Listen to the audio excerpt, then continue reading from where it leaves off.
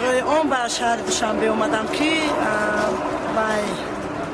اپم در حج یک ماه اینجا در آنجا است. برای پیشوازگیری اپا جانم دولت ماه آمدم با همراهی ینگم، دادرهایم، خواهرهایم، دخترهایشون، کودک ها، همه ما بستر سامان شده که آن از حج میفرید. از عملیات ساعت 8:30 ما آن را پیشواز میگیریم.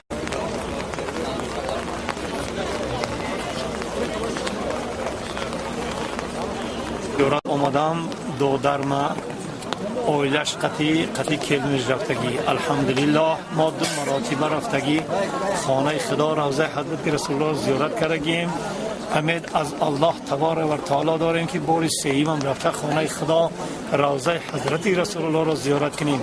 الها پروردگار جمله مؤمن همه مسلمان های تاجیکستان را موفق بگه رفته خانه خدا روضه رسول الله را زیارت کنند. با پی قدوم این حاجیا خداوند مهربان برکت را در این تاجیکستان ما در سرزمین تاجیکستان بریزاند، سیری و پری کنند.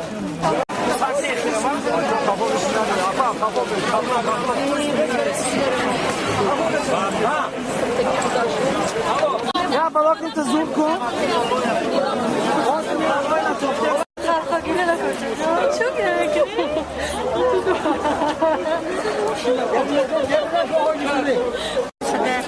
آدمای خوب، جاهای خوب، یگون دایرو، یگون فیل نمیبینید که همه پری آب، همه آب، هوا گرم، آدماش خوب.